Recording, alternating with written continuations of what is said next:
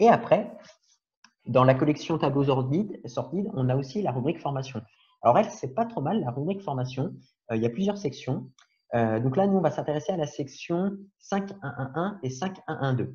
Donc la 5.1.1.1, c'est une section qui vise à recenser les fonctionnaires et les contractuels sur emploi permanent qui ont suivi au moins un jour de formation au cours de l'année.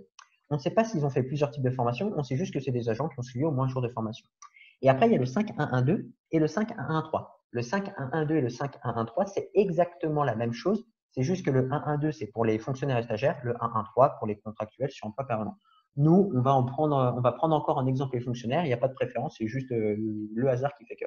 Alors, le 5.1.1.2, on vient préciser le type de formation suivi par vos fonctionnaires et stagiaires. C'est un tableau qui est décomposé en 3 catégories, A, B, C. C'est toujours les mêmes lignes dans chaque catégorie. Donc là, dans le 5.1.1.1, on voit qu'il y a 2 hommes catégorie A et 9 femmes catégorie A qui ont suivi au moins un jour de formation. C'est nickel. Dans le 5.1.1.2, dans la section catégorie A, on retrouve bien 2 hommes, 2 femmes. En l'occurrence, elle a eu une formation de perfectionnement. Maintenant, on va poser quelques scénarios qui sont en général source d'erreur.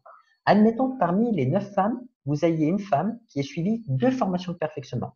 Et les 8 autres femmes ont suivi qu'une seule formation de perfectionnement. Eh bien, formation de perfectionnement, il faudra qu'on ait que 9 femmes. Au sein d'une même ligne, on ne peut pas compter en double un même agent.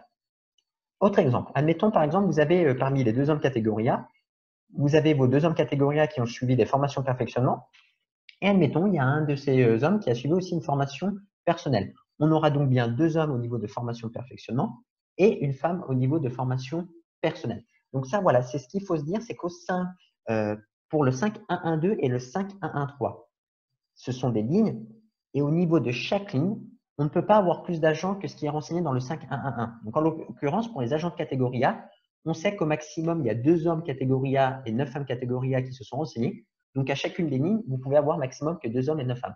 Après, dans un cas extrême, on pourrait dire, ben voilà, il y a 2 hommes et 9 femmes qui ont suivi des préparations au concours, 2 hommes et 9 femmes qui ont suivi des formations d'intégration, ainsi de suite. Voilà.